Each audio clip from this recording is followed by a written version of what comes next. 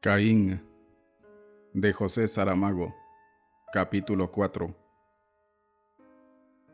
Y pese a todo, ese hombre acosado que vaga por ahí, perseguido por sus propios pasos, ese maldito, ese fratricida, tuvo, como pocos, buenos principios.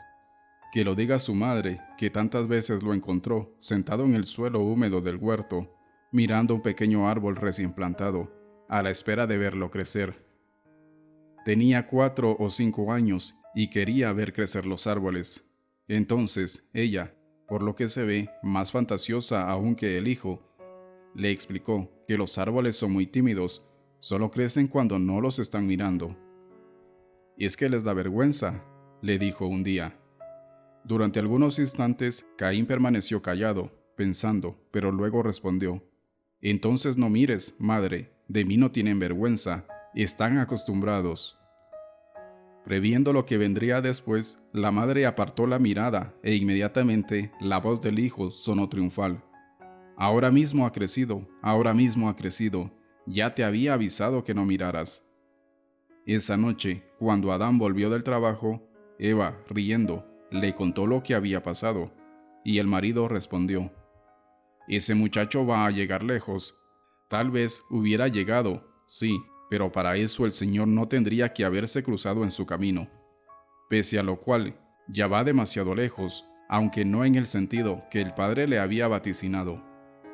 Arrastrando los pies de cansancio, avanzaba por un erial sin que se le ofreciera a la vista ni las ruinas de una choza ni señal de vida alguna. Una soledad desgarradora que el cielo cubierto aumentaba todavía más con la amenaza de una lluvia inminente. No tendría dónde guarecerse, a no ser debajo de un árbol de entre los pocos que, de tarde en tarde, a medida que caminaba, iba asomando la copa por encima del horizonte próximo. Las ramas, por lo general, escasamente pobladas de hojas, no garantizaban protección digna de ese nombre.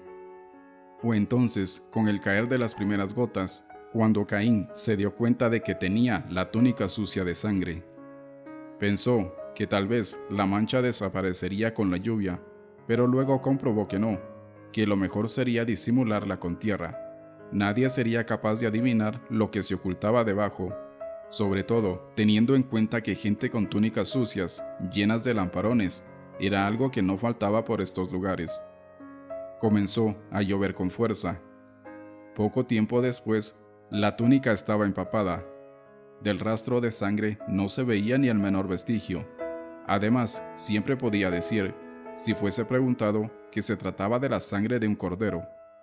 «Sí», dijo Caín en voz alta, «pero Abel no era ningún cordero, era mi hermano, y yo lo he matado». En ese momento no tuvo presente que le había dicho al Señor que ambos eran culpables del crimen, pero la memoria no tardó en ayudarlo, por eso añadió: «Si el Señor, que, según se dice, todo lo sabe y todo lo puede, hubiese hecho desaparecer de allí la quijada del burro, yo no habría matado a Abel, y ahora podríamos estar los dos en la puerta de casa, viendo caer la lluvia. Y Abel reconocería que realmente el Señor hacía mal no aceptando lo único que yo le podía ofrecer, las simientes y las espigas nacidas de mi afán y de mi sudor, y él todavía estaría vivo, y seríamos tan amigos como siempre lo fuimos». Llorar sobre la leche derramada no es tan inútil como se dice. De alguna manera es un hecho instructivo porque nos muestra la verdadera dimensión de la frivolidad de ciertos procedimientos humanos, ya que si la leche se ha derramado, derramada está. Simplemente hay que limpiarla, pero si Abel fue muerto de muerte malvada es porque alguien le quitó la vida. Reflexionar mientras la lluvia nos va cayendo encima no es ciertamente la cosa más cómoda del mundo. Quizás, por eso, de un momento a otro deja de llover, para que Caín pueda pensar con comodidad, seguir libremente el curso de su pensamiento, hasta ver a dónde le conduce. No lo llegaremos a saber nunca, ni nosotros ni él, pues la súbita aparición, como si saliese de la nada, de lo que quedaba de una choza, lo distrajo de sus aflicciones y de sus pesares. Quedaban señales de cultivo de la tierra en la parte de atrás de la casa, pero era evidente que los habitantes la habían abandonado hacía mucho tiempo, o quizá no tanto si tenemos en cuenta la fragilidad intrínseca, la precaria cohesión de los materiales de estas humildes moradas, que necesitaban constantes reparaciones para no venirse abajo en una sola estación. Si les falta una mano cuidadosa, la casa difícilmente podrá soportar la acción corrosiva de las intemperies, sobre todo la lluvia que empapa los adobes y el viento que va raspando como si estuviese forrado de lija gruesa. Algunas de las paredes interiores se habían venido abajo, el techo estaba hundido en su mayor parte. Apenas sobrevivía una esquina relativamente protegida, donde el exhausto caminante se dejó caer. Casi no se podía sostener sobre las piernas, no solo por lo mucho que había caminado, sino también porque el hambre comenzaba a apretar. El día estaba llegando a su fin, en poco tiempo aparecería la noche. «Voy a quedarme aquí», dijo Caín en voz alta, como si necesitase tranquilizarse a sí mismo. Él, a quien nadie amenaza en este momento. Él, de quien probablemente ni el propio Señor sabe dónde se encuentra. Pese a que el tiempo no estaba demasiado frío, la túnica mojada, pegada a la piel, le hacía tiritar. Pensó que desnudándose mataría 2 pájaros de un tiro.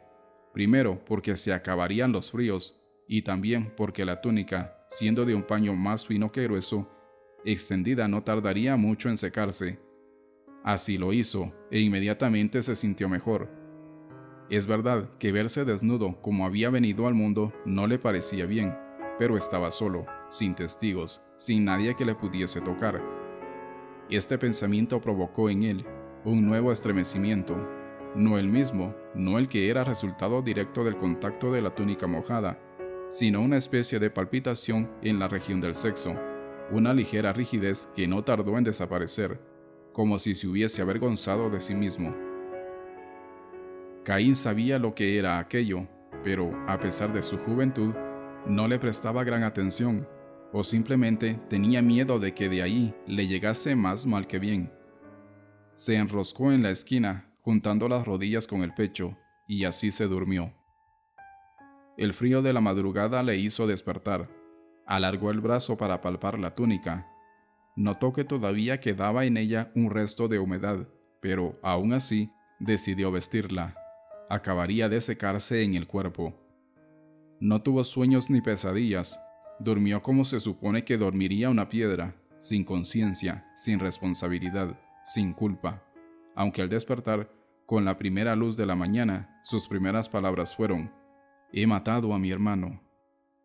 Si los tiempos hubieran sido otros, tal vez habría llorado. Tal vez se habría desesperado, tal vez se habría dado golpes en el pecho y en la cabeza, pero siendo las cosas lo que son, prácticamente el mundo acaba de ser inaugurado. Nos falta todavía muchas palabras para que comencemos a intentar decir quiénes somos, y no siempre daremos con las que mejor lo expliquen. Por eso se contentó con repetir las que había pronunciado, hasta que perdieron su significado y no fueran más que una serie de sonidos inconexos, unos balbuceos sin sentido. Entonces, se dio cuenta de que sí había soñado. No era un sueño precisamente, sino una imagen, la suya, regresando a casa y encontrando al hermano en el umbral de la puerta, a su espera. Así lo recordará durante toda la vida, como si hubiera hecho las paces con su crimen y no hubiese que sufrir más remordimientos. Salió de la choza y aspiró profundamente el aire frío. El sol todavía no había nacido, pero el cielo ya se iluminaba con delicados tonos de colores, lo suficientes para que el árido y monótono paisaje que tenía delante de los ojos bajo esta primera luz de la mañana apareciese transfigurado en una especie de jardín del Edén sin prohibiciones. Caín no tenía ningún motivo para orientar sus pasos en una dirección determinada, pero instintivamente buscó las señales dejadas antes de haberse desviado hasta la cabaña en la que había pasado la noche. En el fondo le bastaba caminar al encuentro del sol, hacia aquel lado, allí, por donde no tardará en asomar. Aparentemente apaciguado por las horas de sueño, el estómago había moderado las contracciones y sería bueno que se mantuviera en esta disposición, porque esperanza de comida próxima no se vislumbraba. ya que si es cierto que de vez en cuando se topaba con alguna que otra higuera, frutos no tenían, que no era su tiempo. Como un gesto de energía que ignoraba poseer todavía, reinició la caminata. El sol ha aparecido, hoy no lloverá, incluso es posible que haga calor. Al cabo de no mucho tiempo, comenzó a sentirse otra vez cansado. Tenía que encontrar algo de comer, si no acabaría postrado en este desierto, reducido en pocos días a la osamenta, que de eso se encargarían las aves carroñeras o alguna manada de perros salvajes, que hasta ahora todavía no se ha manifestado. Estaba escrito, sin embargo, que la vida de Caín no acabaría aquí, sobre todo porque no habría valido la pena que el Señor hubiera empleado tanto tiempo en maldecirlo, si era para morir en este páramo. El aviso le llegó de abajo, de los fatigados pies que mucho habían tardado en descubrir que el suelo que pisaba era ya otro, desnudo de vegetación, sin hierbas o cardos que entorpecieran el andar. En fin, para dejarlo todo dicho en pocas palabras, Caín, sin saber cómo ni cuándo, había encontrado un camino. Se alegró el pobre errante, pues era norma conocida que una vía de tránsito, vereda o sendero, acaba conduciendo, más pronto o más tarde, más lejos o más cerca, a un lugar poblado, donde tal vez sea posible encontrar trabajo, techo y un trozo de pan que mate tanta hambre. Animado por el súbito descubrimiento, haciendo, como se suele decir, de tripas corazón, buscó fuerzas donde ya no las había y aceleró el paso, siempre a la espera de ver ante él una casa con señales de vida, un hombre montado en un burro o una mujer con un cántaro en la cabeza. Todavía tuvo que andar mucho. El viejo que, por fin, apareció ante él, iba a pie y llevaba 2 ovejas atadas con una cuerda. Caín lo saludó con las palabras más cordiales de su vocabulario, pero el hombre no le correspondió. «¿Qué marca es esa que lleva en la frente?», le preguntó. Sorprendido, Caín preguntó a su vez qué marca. «Esa», dijo el hombre, llevándose la mano a su propia frente. «Es una señal de nacimiento», respondió Caín. «No debes de ser buena gente». «¿Quién te ha dicho eso?». «¿Cómo lo sabes?», respondió Caín imprudentemente. «Como dice el refrán antiguo, el diablo que te señaló algún defecto te encontró». «No soy mejor ni peor que los demás, busco trabajo», dijo Caín tratando de dirigir la conversación hacia el terreno que le convenía. «Trabajo por aquí no falta. ¿Qué es lo que sabes hacer?», preguntó el viejo. «Soy agricultor». «Ya tenemos suficientes agricultores, por ahí no conseguirás nada. Además, vienes solo, sin familia». «Perdí la mía». «¿La perdiste? ¿Cómo?». «La perdí, simplemente, y no hay nada más que contar». «Siendo así, te dejo. No me gusta tu cara ni la señal que tienes en la frente». Ya se apartaba, pero Caín lo retuvo. «No te vayas. Por lo menos, dime cómo llaman a estos parajes». «Los llaman tierra de Nod». «¿Y Nod qué quiere decir?». «Significa tierra de fuga o tierra de los errantes». «Dime tú, que has llegado hasta aquí, ¿de qué andas huyendo y por qué eres un errante?». «No le cuento mi vida al primero que encuentro en el camino, con 2 ovejas atadas con una cuerda. Además, ni siquiera te conozco, no te debo respeto y no tengo por qué responder a tus preguntas. Volveremos a vernos. Quién sabe, tal vez no encuentre trabajo aquí y tenga que buscar otro destino. Si eres capaz de moldear adobe y levantar una pared, este es tu destino». «¿A dónde debo ir?», preguntó Caín. «Sigue derecho por esta calle, al fondo hay una plaza, ahí tendrás la respuesta». «Adiós, viejo». «Adiós, ojalá no llegues tú a hacerlo». Debajo de las palabras que dices me parece oír otras que callas.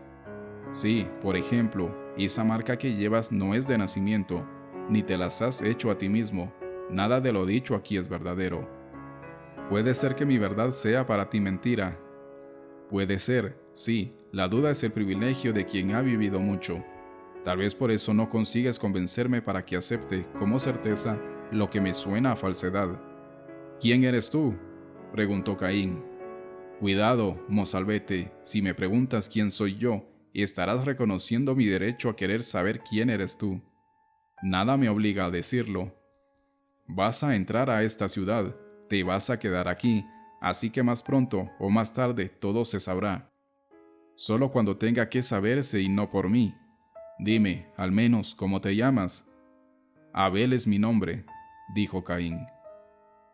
Mientras el falso Abel va caminando hacia la plaza donde, según las palabras del viejo, se encontrará con su destino, atendamos la pertinentísima observación de algunos lectores vigilantes, de los que siempre están atentos, que consideran que el diálogo que acabamos de registrar como sucedido no es histórica ni culturalmente posible, que un labrador, de pocas y ya ningunas tierras, y un viejo del que no se conoce oficio ni beneficio, nunca podrían pensar y hablar así.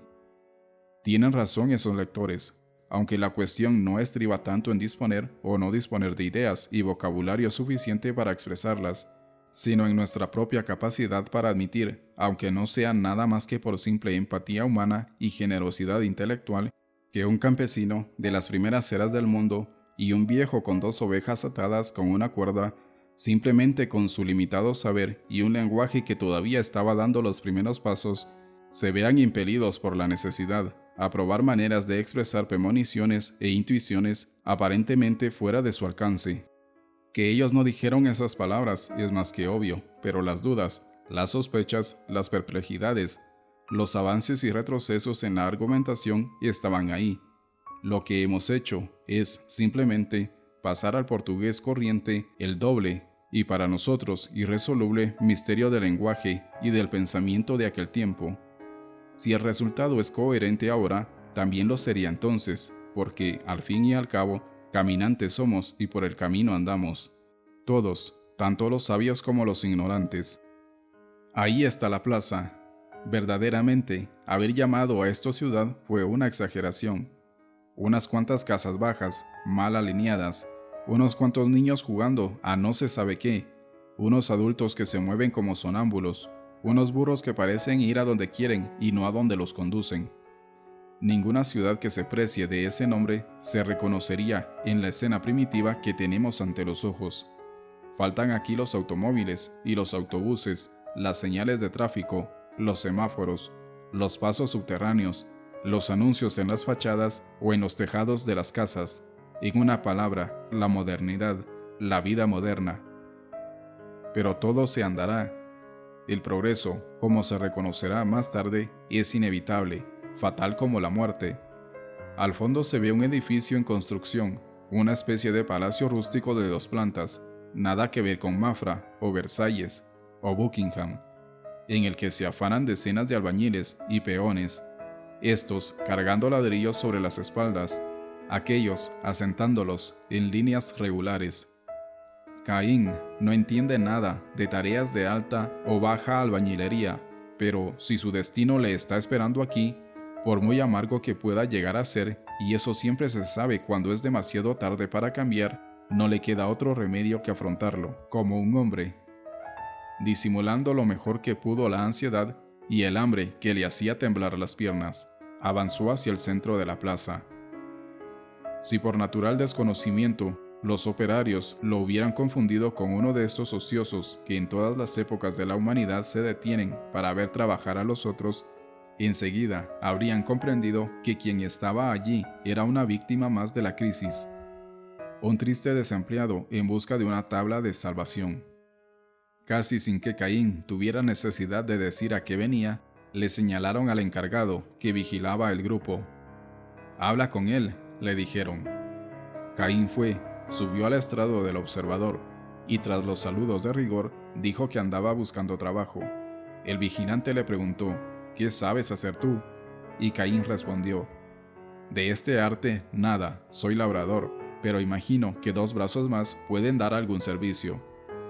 «2 brazos no, puesto que no sabes nada del oficio de albañil, pero 2 pies, tal vez». «¿2 pies?», dijo extrañado Caín. «Sí, 2 pies, para pisar el barro». «Ah, espera aquí, voy a hablar con el capataz». Ya se retiraba, pero aún volvió la cabeza para preguntar: «¿Cómo te llamas?».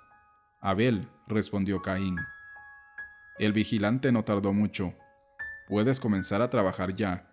Te llevo ahora mismo a la pisa del barro». «¿Cuánto voy a ganar?», preguntó Caín. Los pisadores ganan todos lo mismo. Sí, pero ¿cuánto voy a ganar? Eso no es de mi incumbencia. En todo caso, si quieres un buen consejo, no le preguntes de entrada, no está bien visto. Primero tendrás que demostrar lo que vales, y todavía te digo algo más. No deberías preguntar nada, y espera a que te paguen.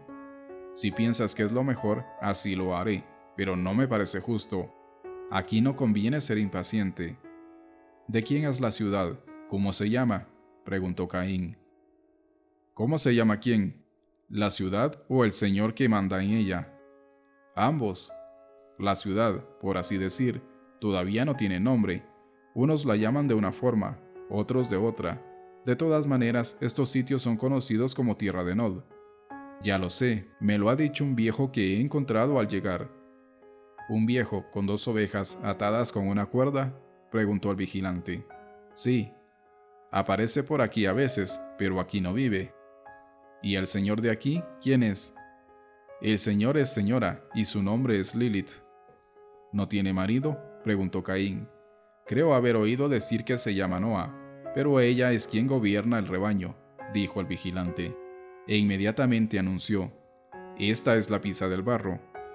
Un grupo de hombres con la túnica arremangada, con un nudo por encima de las rodillas, daba vueltas sobre la gruesa capa de una mezcla de barro, paja y arena, apisonándola con determinación, de manera que se convirtiera en una masa tan homogénea como fuera posible, sin los adecuados medios mecánicos. No era un trabajo que exigiese mucha ciencia, solo buenas y sólidas piernas, y a ser posible, un estómago confortado, cosa que, como sabemos, no es el caso de Caín. Dijo el vigilante: puedes entrar, solo tienes que hacer lo que hacen los otros. Hace 3 días que no como, tengo miedo de que se me quiebren las fuerzas y me caiga allí, en medio del barro, dijo Caín. Ven conmigo. No tengo con qué pagar. Ya pagarás después. Ven. Fueron los dos a una especie de kiosco que se situaba a un lado de la plaza y donde se vendía comida. Para no sobrecargar el relato con pormenores históricos dispensables, pasaremos sin examinar el modesto menú, cuyos ingredientes, por otra parte, por lo menos en algunos casos, no sabríamos identificar. Los alimentos tenían aspecto de bien condimentados, y Caín comía que daba gusto verlo. Entonces el vigilante preguntó: ¿qué señal es esa que tienes en la frente? No parece natural. Puede que no lo parezca, pero ya nací con ella. Da la impresión de que alguien te ha marcado. El viejo de las 2 ovejas también me dijo lo mismo, pero estaba equivocado, como tú también lo estás. Si tú lo dices, lo digo y lo repetiré cuantas veces sean necesarias, pero preferiría que me dejasen en paz. Si fuera cojo en vez de tener esta señal, supongo que no me lo estarían recordando constantemente. Tienes razón, no volveré a molestarte. No me molestas nada, y más teniendo en cuenta que tengo que agradecerte la gran ayuda que me estás dando, el empleo y esta comida que me ha puesto el alma en su lugar, y tal vez alguna otra cosa. ¿Qué cosa? No tengo dónde dormir. Eso se resuelve fácilmente. Te consigo una estera. Ahí hay una hospedería. Hablaré con el dueño. No hay duda de que eres un buen samaritano, dijo Caín. ¿Samaritano?, preguntó el vigilante intrigado. ¿Qué es eso? No lo sé, me salió de repente, sin pensar. No sé lo que significa. Tienes más cosas en la cabeza de lo que tu apariencia promete. ¿Y esta túnica inmunda? Te cedo una de las mías, y esa la usarás para el trabajo. Por lo poco que conozco de este mundo, no debe de haber muchos hombres buenos. Ha sido una suerte para mí encontrar aquí a uno de ellos. ¿Acabaste?, preguntó el vigilante en un tono algo seco, como si lo incomodaran los halagos. No puedo más, no recuerdo haber comido tanto alguna vez en la vida. Ahora a trabajar. Regresaron al palacio, esta vez por la parte edificada antes de la ampliación en curso, y allí vieron en un balcón a una mujer vestida con todo lo que debía de ser de lujo en esa época. Y esa mujer, que a la distancia ya parecía bellísima, los miraba como absorta, como si no los viera. ¿Quién es?, preguntó Caín. Es Lilith, la dueña del palacio y de la ciudad. Ojalá no ponga los ojos en ti. Ojalá. ¿Por qué? Se cuentan cosas. ¿Qué cosas? Se dice que es bruja, capaz de enloquecer a un hombre con sus hechizos. ¿Qué hechizos?, preguntó Caín. No lo sé ni quiero saberlo, no soy curioso. A mí me basta con haber visto por ahí a 2 o 3 hombres que tuvieron comercio carnal con ella. Unos infelices que daban lástima, espectros, sombras de lo que habían sido. Estás loco si piensas que un pisador de barro pueda dormir con la reina de la ciudad. ¿Quieres decir la dueña? Reina o dueña, da lo mismo. Se ve que no conoces a las mujeres, son capaces de todo, de lo mejor y de lo peor si les da por ahí. Son muy señoras de despreciar una corona a cambio de ir al río, a lavarle la túnica al amante, o de arrasarlo todo y a todos para sentarse en un trono. ¿Hablas por experiencia?, preguntó Caín. Observo, nada más, por eso soy muy vigilante. Sin embargo, ¿alguna experiencia tendrás? Sí, alguna, pero soy un pájaro de alas cortas, de esos que vuelan bajo. Pues yo ni siquiera he alzado el vuelo una sola vez. ¿No conoces mujer?, preguntó el vigilante.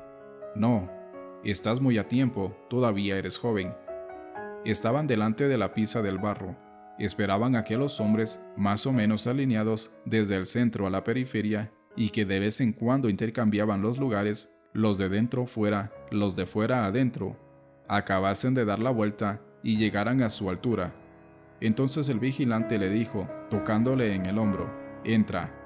Como todo, las palabras tienen sus qués, sus cornos, sus porqués. Algunas, solemnes, nos interpelan con aire pomposo, dándose importancia, como si estuviesen destinadas a grandes cosas, y, ya se verá más tarde, no son nada más que una brisa leve que no conseguiría mover un aspa de molino. Otras, de las más comunes, de las habituales, de las de todos los días, acabarán teniendo consecuencias que nadie se atrevería a pronosticar. No habían nacido para eso, y, sin embargo, sacudieron el mundo. El vigilante dijo, «Entra», y fue como si dijera, «Ve a pisar el barro, ve a ganarte el pan», pero esa palabra fue exactamente la misma que Lilith, semanas más tarde, acabaría pronunciando. Letra por letra, después de mandar llamar al hombre que le habían dicho que se llamaba Abel.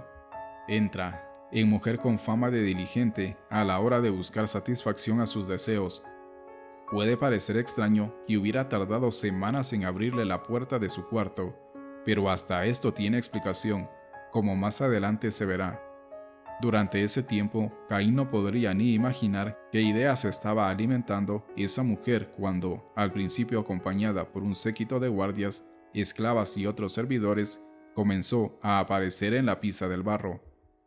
Sería como aquellos propietarios rurales, bien humorados, que van al campo a interesarse por el esfuerzo de los que trabajan por ellos, animándolos con su visita, en la que nunca falta una palabra de estímulo y, a veces, en el mejor de los casos, un guasejo de camaradería que, con ganas o sin ganas, hará reír a todo el mundo.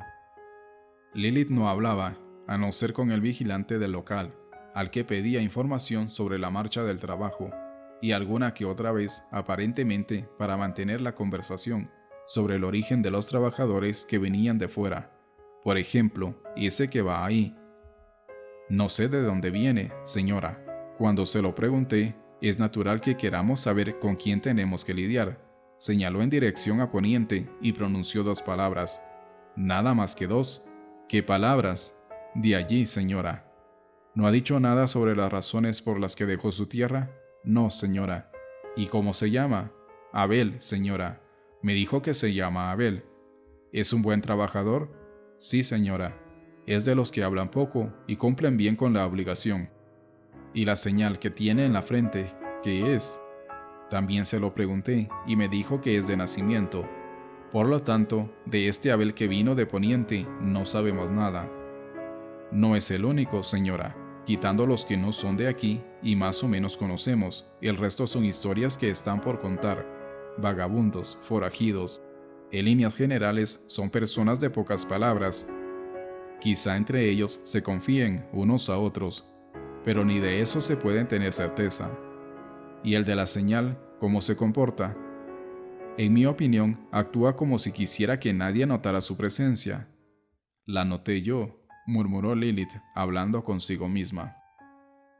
Unos días después apareció en la piza del barro un enviado de palacio que le preguntó a Caín si tenía algún oficio. Caín le respondió que tiempo atrás fue agricultor y que se había visto obligado a dejar sus tierras por culpa de las malas cosechas. El enviado llevó la información y volvió a cabo de 3 días con una orden de que el pisador Abel se presentase inmediatamente en palacio, tal como se encontraba con su vieja túnica sucia y ya convertida casi en un harapo. Caín, después de limpiarse como mejor pudo las piernas llenas de barro, siguió al enviado. Entraron en palacio por una pequeña puerta lateral que daba a un vestíbulo donde 2 mujeres esperaban. Se retiró el enviado para dar parte de que el pisador de barro, Abel, ya se encontraba allí y al cuidado de las esclavas. Conducido por ellas hasta un cuarto separado, Caín fue desvestido y luego lavado de los pies a la cabeza con agua tibia. El contacto insistente y minucioso de las manos de las mujeres le provocó una erección que no pudo reprimir. Suponiendo que tal proeza fuera posible, ellas se rieron y en respuesta redoblaron las atenciones para con el órgano erecto al que, entre risitas, llamaban flauta muda, y que de repente saltó de sus manos con la elasticidad de una cobra. El resultado, vistas las circunstancias, era más que previsible. El hombre eyaculó de repente, en chorros sucesivos que, arrodilladas como estaban, las esclavas recibieron en la cara y en la boca. Un súbito relámpago de lucidez iluminó el cerebro de Caín. Para esto fueron a por él, a la piza de barro, pero no para dar gusto a simples esclavas, que otras satisfacciones propias de su condición debían de tener. El aviso prudente del vigilante de los albañiles había caído en saco roto. Caín acababa de asentar el pie de la trampa hacia la que la dueña del palacio lo venía empujando suavemente, sin precipitaciones, casi sin que se notara, como si estuviese distraída con una nube que pasaba, pensando en otra cosa. La tardanza del golpe final se estableció a propósito para dar tiempo a que la simiente lanzada en la tierra como por casualidad pudiese germinar por sí misma y florecer. En cuanto al fruto, estaba claro que no habría que esperar mucho para la cosecha. Las esclavas parecían no tener prisa, concentradas ahora en extraer las últimas gotas del pene de Caín que se llevaban a la boca en la punta de un dedo, una tras otra con deleite. Todo acababa. Sí, todo tiene su término. Una túnica limpia cubre la desnudez del hombre. Es hora, palabra sobre todas anacrónica en esta bíblica historia, de ser conducido ante la presencia de la dueña del palacio, que le dará destino. El enviado esperaba en el vestíbulo. Una simple mirada le bastó para adivinar lo que había pasado durante el baño, pero no se escandalizó, ya que los enviados, por razones de oficio, ven mucho mundo, no hay nada que los sorprenda. Además, como ya en otra época, era sabido, la carne es extremadamente débil, y no tanto por su culpa, pues el espíritu, cuyo deber, en principio, sería levantar una barrera contra todas las tentaciones, es siempre el primero en ceder, en izar la bandera blanca de la rendición. El enviado sabía hacia dónde iba siendo conducido el pisador de barro, Abel. A dónde y para qué, pero no lo envidiaba, al contrario del episodio lúbrico de las esclavas que, ese sí, le perturbaba la circulación de la sangre. La entrada en el palacio fue, esta vez, por la puerta principal, porque aquí nada se hace a escondidas. Si la dueña, Lilith, ha encontrado un nuevo amante, mejor es que se sepa ya, para que no se arme todo un entramado de secretitos y de maledicencias, toda una red de risitas y murmuraciones, como infaliblemente sucedería en otras culturas y civilizaciones. El enviado le ordenó a una nueva esclava que estaba esperando en la parte de fuera de la puerta de la antecámara: «Ve a decirle a tu señora que estamos aquí». La esclava fue y regresó con el recado. «Ven conmigo», le dijo a Caín, y luego al enviado: «Tú, vete, ya no eres necesario». Así son las cosas, que nadie se envanezca porque le hayan confiado una misión delicada. Lo más seguro es que después del trabajo te digan: «Tú, vete, ya no eres necesario». De esto saben mucho los enviados. Lilith estaba sentada en un escaño de madera trabajada. Llevaba un vestido que debía de valer un potosí, una prenda que exhibía sin ningún recato un escote que dejaba ver la primera curva de los senos y permitía adivinar el resto. La esclava se había retirado y estaban a solas. Lilith le lanzó al hombre una ojeada de inspección. Pareció aprobar lo que veía y finalmente dijo: «Estarás siempre en esta antecámara, de día y de noche. Ahí tienes tu catre y un banco para sentarte. Serás, hasta que mude de ideas, mi portero. Impedirás la entrada de cualquier persona, sea quien sea, a mi habitación, salvo a las esclavas que vienen a limpiar y a ordenar». «¿Sea quien sea, señora?», preguntó Caín sin intención aparente. «Veo que eres ágil de cabeza. Si estás pensando en mi marido, sí, también él está autorizado a entrar, pero ya lo sabe, no se lo tienes que decir. Y si incluso así quiere alguna vez forzar la entrada, eres un hombre robusto, sabrás cómo impedirlo. No puedo enfrentarme por la fuerza a quien, siendo señor de la ciudad, es señor de mi vida. Puedes si yo te lo ordeno. Más tarde o más pronto, las consecuencias caerán sobre mi cabeza.